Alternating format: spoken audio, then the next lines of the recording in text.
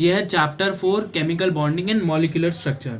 अब तक इस चैप्टर में हमने पढ़ा था introduction, causal-lease approach, octet rule, Lewis symbols, valence bond theory, covalent bond, polar character, dipole movement, ionic bond, formation of NaCl, electrovalency, energy changes that occur during ionic bond and factor that favour ionic bond. तो ये topic हम इस chapter में complete कर चुके हैं और last video में हमने आयनिक बॉन्ड का टॉपिक कंप्लीट किया था। अब हम पढ़ेंगे VSEPR थ्योरी और यहाँ पे वैलेंस बॉन्ड थ्योरी हमारी फिर से रिपीट होती है, तो एक बार फिर से इसका हमारा रिवीजन होगा और साथ ही VSEPR थ्योरी और उसके आगे के कुछ टॉपिक। तो स्टार्ट करते हैं। Valence bond theory. Covalent bond is form by overlapping of half filled atomic orbitals. तो हमें ये थ्योरी बताती है कि जो कोवेलेंट बॉन्ड है, हमने कोवेलेंट बॉन्ड पढ़ा था कि इलेक्ट्रॉन की शेयरिंग से बनता है। जब दो एटम्स बॉन्ड बनाते हैं और दोनों को ही इलेक्ट्रॉन्स की जरूरत होती है, तो दोनों के दोनों अपने कुछ इलेक्ट्रॉन शेयर करते हैं और सेम पेयर शेयर करते हैं, जिसमें हम पढ़ते हैं single bond, double bond, triple bond, जिसमें दोनों एलिमेंट्स एक एक इलेक्ट्रॉन शेयर करते हैं और डबल में दो दो इलेक्ट्रॉन और ट्रिपल में थ्री थ्री इलेक्ट्रॉन। तो जो एटॉमिक ऑर्बिटल्स होते हैं, अब जैसे एटम्स में जो इलेक्ट्रॉन रिवॉल्व करते हैं वो करते हैं शेल में या ऑर्बिट्स में, जिसका होता है सब पार्ट सबशेल्स और उसका सब पार्ट ऑर्बिटल्स। तो जो कोवेलेंट बॉन्ड जो फॉर्म होता है वो हाफ फिल्ड एटॉमिक ऑर्बिटल की ओवरलैपिंग से बनता है, यानी एक एटम का हाफ फिल्ड यानी आधा भरा हुआ एटॉमिक ऑर्बिटल और दूसरे का हाफ फिल्ड एटॉमिक ऑर्बिटल, इससे बनता है covalent bond. Lowering of energy must take place during covalent bond formation, यानी एनर्जी कम होना जरूरी है कोवेलेंट बॉन्ड की फॉर्मेशन के लिए। यहाँ पे एनर्जी का मतलब है अट्रैक्टिव एनर्जी।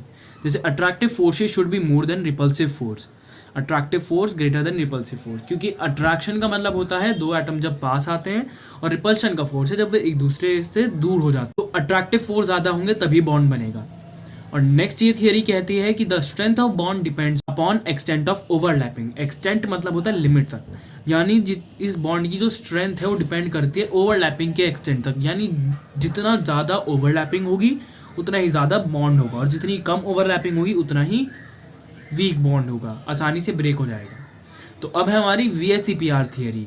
VSEPR का मतलब है valent shell electron pair repulsion theory. इसका मतलब है कि वैलेंट शेल में जो इलेक्ट्रॉन पेयर्स हैं, वैलेंट शेल यानी एटम का लास्ट शेल और इलेक्ट्रॉन जो उसमें होते हैं उन्हें हम कहते हैं वैलेंस इलेक्ट्रॉन। तो वैलेंट शेल के इलेक्ट्रॉन पेयर्स का रिपल्शन, तो ये थियोरी हमें बताती है according to this theory the direction of bonds around one atom in a molecule depends upon the total number of electron pairs, bonding as well as non bonding और anti bonding in the valence shell of an atom. ये theory हमें बताती है कि जो bond की direction है किसी भी एटम के अराउंड किसी मॉलिक्यूल में, वो इलेक्ट्रॉन पेयर्स पे डिपेंड करती है, total number of electron pairs, यानी चाहे वो बॉन्डिंग हो चाहे नॉन बॉन्डिंग, अगर हम काउंटिंग करें। और यहाँ पे बॉन्ड की डायरेक्शन का क्या मतलब है, हमने पीछे पढ़ा कि जब कोवेलेंट बॉन्ड बनता है तो जो ज्यादा इलेक्ट्रोनेगेटिव एलिमेंट होता है उसकी तरफ वो बॉन्ड अट्रैक्ट कर जाता है। बॉन्ड की डायरेक्शन बताने के लिए ही ये थ्योरी बनाई गई है। एटम के वैलेंस शेल में नंबर ऑफ इलेक्ट्रॉन्स होते हैं या इलेक्ट्रॉन के जो भी पेयर होते हैं उन पे डिपेंड करता है कि बॉन्ड की डायरेक्शन क्या होगी।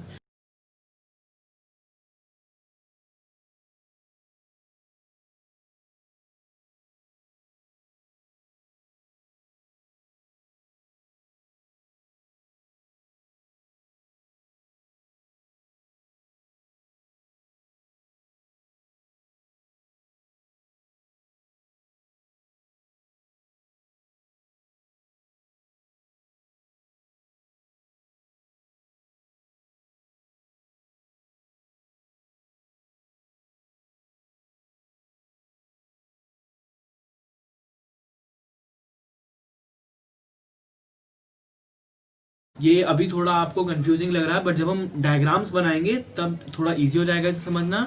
बेसिकली आप इतना समझ लीजिए कि जो बॉन्ड बनेगा वो इस तरीके से बनेगा कि एक दूसरे को रिपेल भी ना करें और साथ ही साथ दूसरे के साथ बॉन्ड भी ना टूटे। अब हमने ऑलरेडी स्टडी कर रखा है कि कोवेलेंट बॉन्ड्स डायरेक्शनल होते हैं नेचर में, because the electron pair constituting the bond is localise between the nuclear. यानी इसमें बताया है कि हमने स्टडी कर रखा है कि कोवेलेंट बॉन्ड जो होते हैं वो डायरेक्शनल होते हैं नेचर में, उनकी भी एक डायरेक्शन होती है। वो क्यों होती है, क्योंकि इलेक्ट्रॉन पेयर जिनसे वो बॉन्ड बना है वो न्यूक्लियाई के बीच में होता है।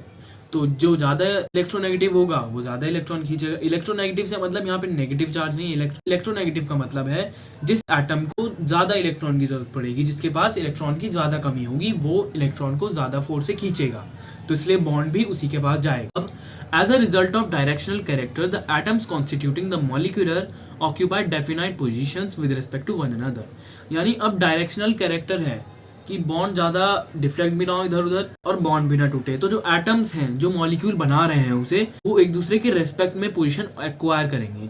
यानी एक एटम अगर दूसरे के पास जाएगा तो वो रिपेल कर जाएगा, तो इस तरीके से होंगे कि एक एटम दूसरे के पास ही ना आए, एक दूसरे को रिपेल करके बॉन्ड में चेंजेस ना लाए। अब this definite relative arrangement of the bonded atoms in a molecule is known as geometry of the molecule. अभी जो डेफिनाइट रिलेटिव अरेंजमेंट होता है, यानी कि बॉन्डेड एटम जिस तरीके से अरेंजमेंट बनाते हैं एक मॉलिक्यूल के अंदर, उसे हम कहते हैं ज्योमेट्री ऑफ द मॉलिक्यूल्स। और यही ज्योमेट्रिकल डायग्राम्स हम आगे मॉलिक्यूल्स में बनाएं। अब यहाँ से हमारी डायग्राम बनाने की शुरुआत होगी, जो मैं आपको ओरली ना समझाकर बल्कि आपको खुद डायग्राम बना के दिखाऊंगा। अब one space model which is obtained by joining the points representing various bonded atom describe the shape of the molecule। जब atoms bond बनाते हैं और एक molecule बन जाते हैं, तो उसमें जिस तरीके से एटम बॉन्डेड होते हैं, तो उनकी जो पॉइंट्स होते हैं जब हम उन्हें ज्वाइन करते हैं तो जिस तरीके का मॉडल बनता है उससे हम मॉलिक्यूल की शेप डिटरमाइन करते हैं। ये मैं आपको बताता हूँ। जैसे यहाँ पे है हमारा टेबल जिसमें number of electron pairs, molecular geometry, bond pair और एग्जाम्पल्स, यानी कितने इलेक्ट्रॉन पेयर्स हैं इसमें, इनकी ज्योमेट्री क्या है, यानी कितने पेयर में है बॉन्ड्स, और एग्जाम्पल जो एलिमेंट्स ऐसा बॉन्ड बनाते हैं। पहले हमने एग्जाम्पल लिया है एलिमेंट्स ए और एलिमेंट बी का। अब दो एलिमेंट ए के साथ बॉन्ड बना रहे हैं, तो सबसे पहले हम पॉइंट नोट किए, एक एलिमेंट सेंटर में है, वहाँ ए आ गया, यहाँ साइड में एक है, यहाँ साइड में एक है। अब हमने पॉइंट ज्वाइन किया या फिर मैं कहूँ बॉन्ड ड्रॉ किया, तो हमने बॉन्ड ड्रॉ किया है। अब हमारे पास ये मॉडल बन गया है। अब इसे हम कहेंगे एक स्पेस मॉडल। अब इससे हमें इसकी शेप पता चलेगी और इसकी शेप है लीनियर। अब कुछ बेसिक चीज मैं इसके बारे में बता दूं। इलेक्ट्रॉन पेयर्स यानी कितने इलेक्ट्रॉन के पेयर्स हैं। यहाँ पर एक पेयर ऑफ इलेक्ट्रॉन शेयर हो रहा है, यहाँ पे एक पेयर ऑफ इलेक्ट्रॉन। एक कैसे पता चला, क्योंकि यहाँ पे आपको देखेंगे सिंगल लाइन, और सिंगल लाइन डिनोट करती है सिंगल बॉन्ड को। तो यहाँ एक इलेक्ट्रॉन पेयर शेयर हो रहा है, यहाँ दो, तो इसलिए 2 पेयर ऑफ इलेक्ट्रॉन शेयर हो रहे हैं। एंगल 180 का मतलब है कि बी और ए के बीच में 180 डिग्री का एक एंगल है। बॉन्ड पेयर यानी कितनों के साथ बन रहा है, ये है एक पेयर हो गया ए और बी का, और ये हो गया ए और बी। एग्जाम्पल जो ऐसे एलिमेंट बनाते हैं वे है BeCl2 और HgCl2। अब कुछ और ऐसे डायग्राम हैं जिनके हम स्पेस मॉडल बनाएंगे, जिसमें हमारे नंबर ऑफ बॉन्डिंग एटम बढ़ते जाएंगे। हमें उनका एंगल स्टडी करना है, उनकी शेप, उनके बॉन्ड पेयर्स और साथ ही साथ उनके एग्जाम्पल्स। अब यहाँ पे आप पढ़िए geometry of molecules in which central atoms has no lone pair of electron. यानी ये हर मॉलिक्यूल्स के नहीं है, ये उन मॉलिक्यूल्स के लिए है जिनमें सेंट्रल एटम के पास कोई लोन पेयर में कहूँ लोन पेयर ऑफ इलेक्ट्रॉन होते हैं। वे इलेक्ट्रॉन्स जो कि बॉन्डिंग में पार्टिसिपेट नहीं करते, यानी जिसमें सेंट्रल एटम जो है बॉन्ड बनाने के बाद भी उसके पास ऐसे इलेक्ट्रॉन बनेंगे जिनके साथ बॉन्ड नहीं बन रहा, जो वैलेंस शेल में प्रेजेंट होते हैं। एग्जाम्पल के लिए अगर हम मान लें ए के पास 6 इलेक्ट्रॉन्स हैं और उसे 2 इलेक्ट्रॉन चाहिए, तो एक उसने बी से लिया, एक उसने दूसरे बी से लिया, तो अब उसने 2 इलेक्ट्रॉन इनके भी ले लिए, तो अब उसका वैलेंस शेल कंप्लीटली फिल हो गया, अब ये स्टेबल हो गया, यानी अब इसके पास 8 इलेक्ट्रॉन हो गए। बट इसने जो दूसरे के साथ शेयर किए वे थे 1 यहाँ पे और 1 यहाँ पे, यानी 2 ही। अब इसके पास 6 इलेक्ट्रॉन इसके खुद के ऐसे बच रहे हैं जो वैलेंस शेल यानी जो आउटर मोस्ट शेल में भी हैं, बट इसने वो शेयर नहीं की किसी के साथ, या बॉन्ड में उनकी जरूरत ही नहीं पड़ी, तो उन्हें हम एंटी बॉन्डिंग, नॉन बॉन्डिंग या लोन पेयर ऑफ इलेक्ट्रॉन कहते हैं। अभी हम स्टडी करते हैं इन्हीं एलिमेंट्स को जिनमें लोन पेयर्स नहीं। तो अब हम स्टडी करेंगे मॉलिक्यूलर ज्योमेट्री उन मॉलिक्यूल्स की जिनमें लोन पेयर नहीं होता। इसे हम एक टेबल की फॉर्म में स्टडी करेंगे। पहले आता है बॉन्ड पेयर, यानी कितने नंबर ऑफ कितने बॉन्ड हैं। फिर आती है इसकी ज्योमेट्री या फिर अरेंजमेंट। अब ज्योमेट्री और अरेंजमेंट में क्या फर्क होता है। अरेंजमेंट में हम एटम्स की जगह इलेक्ट्रॉन शो करते हैं 2 डॉट्स की फॉर्म में, और ज्योमेट्री में हम डायरेक्ट ए और बी लेते हैं। अब आएगा एग्जाम्पल। सबसे पहले हम स्टडी करेंगे 3 एलिमेंट वाले मॉलिक्यूल की, जिसमें एक सेंट्रल एटम ए जो बॉन्डेड है बी से और बी से। ये ए और बी जो हैं ये हमारे एग्जाम्पल के लिए हैं। अब ए बॉन्डेड है लेफ्ट साइड बी से, इस साइड बी से। अब जिस पोजीशन में ये हैं इनका जो बॉन्ड होगा, या बी और बी एक दूसरे को मिनिमम रिपल्शन देंगे, यानी जिस पोजीशन में है वहां पे एक दूसरे पर ही कम फोर्स डालेंगे या कम दूर धकेलेंगे, तो इसीलिए ये एटम इस तरीके से अरेंज हो गया है। तो स्टार्टिंग अगर आप देखें तो बॉन्ड कैसे भी बनता होगा, बट बॉन्ड बनते बनते जब ये इलेक्ट्रॉन दूसरे को धकेलेगा तो वो शिफ्ट हो के यहाँ पर आके वो ख़त्म हो जाएगा। यहाँ पर एक दूसरे को इफेक्ट करना बंद कर देंगे, इसलिए यहीं पर रुक जाएगा। अब अगर ये यहाँ होता तो ये बी को वापस ऐसे कर देता और एक ऐसी ही ज्योमेट्री बनती स्ट्रेट लाइन की। तो इस ज्योमेट्री को हम लीनियर भी बोलते हैं, या इसकी शेप का नाम है लीनियर। एंगल है इसमें 180 डिग्री का, जो कि स्ट्रेट लाइन में होता ही है। बॉन्ड पेयर है 1 2। एग्जाम्पल है बेरिलियम क्लोराइड या मरकरी सेकंड क्लोराइड। अब एक क्वेश्चन और आपके दिमाग में आएगा कि उन मॉलिक्यूल्स का क्या जिनमें ए और बी ही हैं, यानी जिसमें दो ही एटम जुड़े हुए हैं। तो उन एटम्स के बारे में बता दूं, उन एटम की कोई शेप नहीं होती, उन्हें हम डिसकंसीडर करते हैं क्योंकि वे कहीं भी पोजीशन हो सकते हैं। पोजीशन हम क्यों स्टडी कर रहे हैं? जिससे ये एक दूसरे को रिपेल ना करे, बट उसमें कोई रिपल्शन है ही नहीं, उसमें डायरेक्ट एक के साथ बॉन्ड बन रहा है। तो इसलिए एक ए और बी यानी जिसमें सिर्फ दो ही एटम इंक्लूडिंग है, उस मॉलिक्यूल को हम डिसकंसीडर करेंगे। उनकी ज्योमेट्री हमें स्टडी करने की जरूरत ही नहीं है, क्योंकि उसमें सीधी सीधी बात है कि उसमें कोई रिपल्शन नहीं है, तो उसमें पोजिशनिंग करने की जरूरत ही नहीं है। नेक्स्ट आता है हमारा 3 एटम्स का ए, जिसमें 3 एटम जुड़े हुए हैं। अब आपके दिमाग में ऑलरेडी आ गया होगा कि हम उसे ट्राइंगल की फॉर्म में ज्वाइन कर सकते हैं। और बी बॉन्डेड ए, तो इसको हम बोलते हैं ट्राइगोनल प्लेनर। हर एक एंगल इसमें बीच में जो है वो 120 का है। बॉन्डेड पेयर आप काउंट कर लीजिए 1 2 3 4 5 6। एग्जाम्पल है इसका BF3। नेक्स्ट है, अब हम धीरे धीरे बी बढ़ाते जाने हैं। नेक्स्ट आता है जिसमें 4B है। तो इसमें जो होगा 3 इलेक्ट्रॉन ऐसी शेप में रहेंगे। अब जो चौथा बी जो आएगा उसे शिफ्ट करते करते करते करते ये ऐसी पोजीशन पे आ जाएंगे जिसपे रिपल्शन मिनिमम होगा। और वो रिपल्शन मिनिमम जब होगा जब एक भी ए के टॉप पे आ जाएगा, क्योंकि अगर वो साइड में भी आता है तो भी एक दूसरे पे उनका रिपल्शन जारी रहेगा और उससे बॉन्ड पे बहुत ज्यादा फर्क पड़ेगा। तो रिपल्शन रिपल्शन रिपल्शन, और उसके बाद बी जो होगा वो ए के टॉप पे आ जाएगा। अब हम इसका स्ट्रक्चर ड्रॉ करते हैं, हमें ज्योमेट्री। बी इलेक्ट्रॉन को हमें बॉन्ड करना है एक सेंट्रल बी से।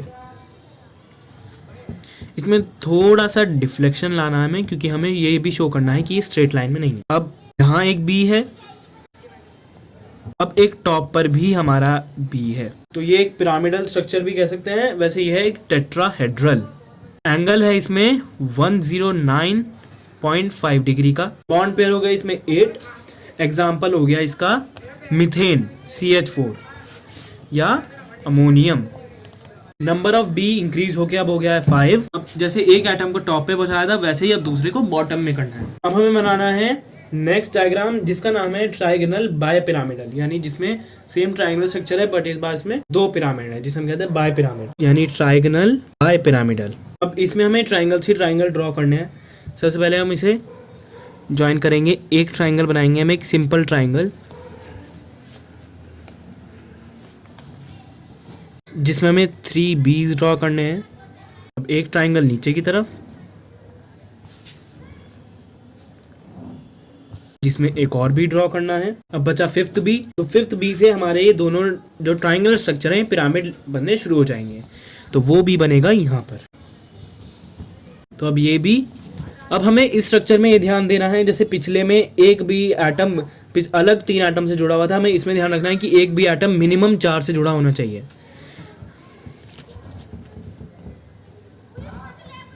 तो जैसे इसमें बी जुड़ा हुआ है 1 2, तो अभी बी आ गया। अब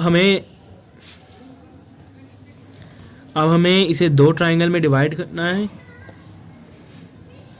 इसे इससे ज्वाइन करना है। तो अब आपने ध्यान दिया कि हर एक एटम मिनिमम 4 एटम से जुड़ा हुआ ही है और हमें 4 एटम से ही जोड़ना है। तो अभी तो सब 3 3 से हैं। सेंट्रल एटम ए के आते ही ये सब 4 से जुड़ जाएंगे। तो सेंट्रल एटम आएगा हमारा यहाँ पर।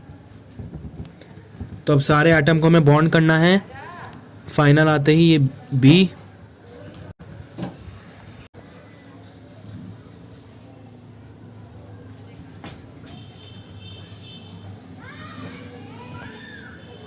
अब ये स्ट्रक्चर कंप्लीट हो गया। इसमें एंगल जो है यहाँ पे है 90 डिग्री का, यहाँ पे है 120 डिग्री का। 120। अब इसमें हम बॉन्ड पेयर काउंट करेंगे तो वो जाएगा total 10। Example PCl5। Last structure हमारा उन मॉलिक्यूल्स का जिनमें लोन पेयर नहीं है। अब इसमें जो बी होंगे वे 6 आ जाएंगे। इसका नाम है ऑक्टाहेड्रल। ये स्ट्रक्चर ड्रॉ करना बहुत ही इजी है। इसमें सबसे पहले आपको एक पैरेललोग्राम बनाना है। पैरेललोग्राम यानी जिसमें अपोजिट साइड्स पैरेलल होती हैं बट लेकिन एंगल 90 नहीं होता एडजेसेंट साइड्स के बीच में। अब इसमें आपको बी, इस पैरेललोग्राम के ऊपर एक पिरामिड बनाना है और नीचे एक पिरामिड, और फिर हमारा स्ट्रक्चर खत्म हो जाएगा। तो वो जो एक पिरामिड होगा वो भी बी का होगा, नीचे का एक पिरामिड भी बी का होगा। ड्रॉ कर लेते हैं हम इसे।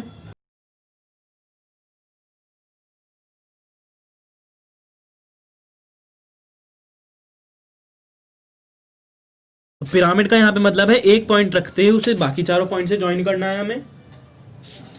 अब सेम नीचे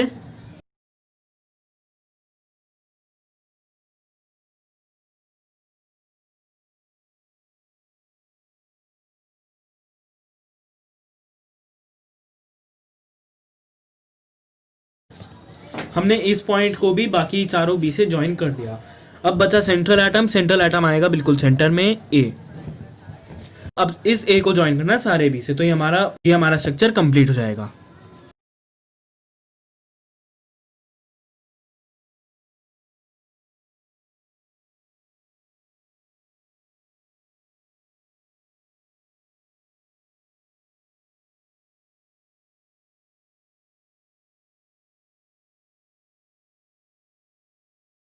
तो इसमें आप अगर बॉन्ड पेयर काउंट करेंगे तो इसमें हो जाएंगे total number of bond pair 16। इसमें एंगल ये है 90 डिग्री और ये भी 90 डिग्री, और एग्जाम्पल है इसका SF6। तो यहाँ पर हमारा खत्म होता है उन मॉलिक्यूल्स की ज्योमेट्री जिनमें कोई भी लोन पेयर या मैं कहूँ नॉन बॉन्डिंग इलेक्ट्रॉन है ही नहीं। तो आज हमने पढ़ी valence bond theory, VSEPR theory, और साथ ही साथ geometry of molecule in which central atom has no lone pair of electron. अब इसके आगे जो मॉलिक्यूल्स हैं जिनमें लोन पेयर्स आते हैं उनको हम स्टडी करेंगे नेक्स्ट वीडियो में। आई होप आप सबको ये समझ में आ गया होगा। अगर आपको कोई भी टॉपिक समझ में नहीं आ रहा तो आप कमेंट्स में बता सकते हैं कि ये टॉपिक अभी भी क्लियर नहीं हुआ। ये था चैप्टर 4 का ही एक पार्ट। बाकी इस चैनल पे है चैप्टर 3 और चैप्टर 5 के एक्सप्लेनेशन, और साथ ही साथ फिजिक्स के मैकेनिकल प्रॉपर्टीज की एक्सप्लेनेशन। अब आगे इस चैनल पे और भी सब्जेक्ट की एक्सप्लेनेशन आपको मिलेंगी। And if you learned something from this video, consider subscribing.